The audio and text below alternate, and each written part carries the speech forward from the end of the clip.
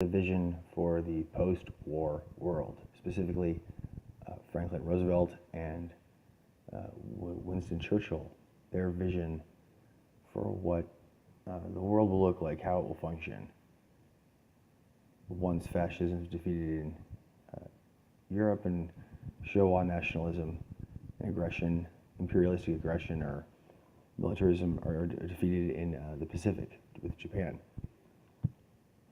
Let's focus on four things here: the Atlantic Charter, Bretton Woods, the Bretton Woods Conference, the Yalta Conference, and the United Nations. Okay, first the Atlantic Charter, 1941. This is a statement issued by Winston Churchill and Franklin Roosevelt when the United States becomes involved in this war. Right, you have the Allies, the three major Allied nations: Soviet Union, England, and the United States. The United States and England are going to develop a much more harmonious relationship than either will with the Soviet Union, obviously. The Atlantic Charter, 1941, August 14th. Since a little under 4 months before Pearl Harbor, before the United States is officially involved in this war, right? But it's clear that war is on the United States entering this war is going to happen at some point. A lot of folks think that argue that Pearl Harbor was that the attack was known to be coming. The Roosevelt administration knew it was going to happen and didn't tell anybody, so that it would be the surprise thing, and they would be able to get into the war because of isolationism. Roosevelt couldn't get popular support to support England and France. Not necessarily true.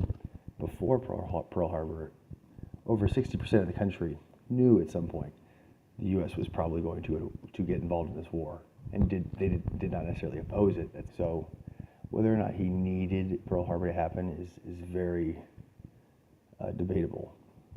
But nevertheless, on the eve of the United States formally entering this war, Churchill and the Prime Minister of England, Franklin Roosevelt, in his third term, he had just been inaugurated that year for a third term, issued the Atlantic Charter, which states several points, but let's focus on 5 of them. Point number 2, no territorial changes that do not accord with the freely expressed wishes of the peoples concerned, meaning that England and the United States in this new world, we will see, and in waging this war, we are fighting against tyranny, we are fighting against militarism, we are fighting against territorial expansion. We seek no territorial changes that do not accord with the freely expressed wishes of the peoples concerned. That's interesting. This coming from the sun never sets in the British Empire, the same folks that brought you that one.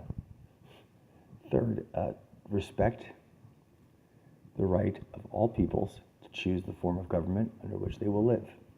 Self-determination, right? Remember the 14 points, Wilson's 14-point plan? Similar ideas. Self-determination. In this instance, though, a little more genuine in that after the war, non-white nations, the Philippines, India, Pakistan, are actually going to get some sort of self-determination that Wilson did not really recognize outside of Europe.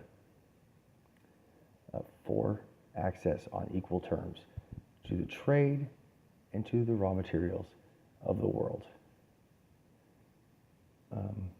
And once again, 7, traverse the high seas and oceans without hindrance. Freedom of the oceans, freedom of the seas, economic free enterprise, practical measures, and then the last one here, practical measures which will lighten, for peace-loving peoples, the crushing burden of armaments. So reduction of weapons. A little less than 4 years after this, we will be the only nation to ever use nuclear weapons, but we're asking for a reduction in arms. That's cool. So it's very similar to the 14 points, right?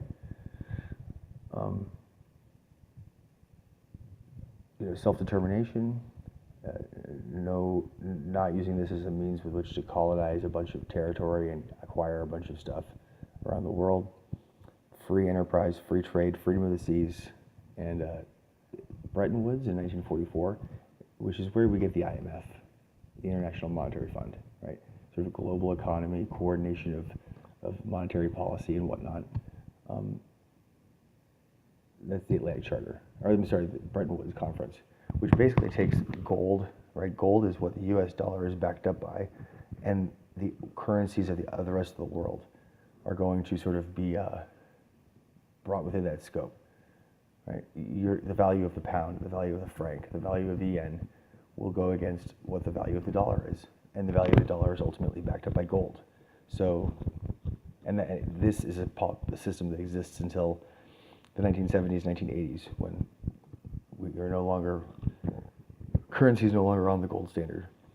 So Bretton Woods, the IMF, International Monetary Fund, it still exists. 45 February, you have Yalta, which is the last conference Roosevelt is at before Yalta, February 1945. This is important because it explicitly calls for the establishment of what becomes the United Nations, which is then established and meets in San Francisco in June of 1945, later that year. Before the war is actually over, when it's over in Europe, but not over the Pacific, June 1945, in San Francisco. So Yalta is important for that, and also important for the protest filed by Churchill and Roosevelt against the Soviet Union, against Stalin, the third member of this conference.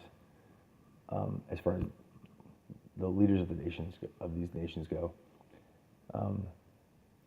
his occupation of parts of Eastern Europe, and refusal when the war is over, already making it known that the Soviet Union will not necessarily relinquish various territories in Eastern Europe as they pushed the Germans out of Russia and began moving towards Germany and occupying all of these Eastern European countries.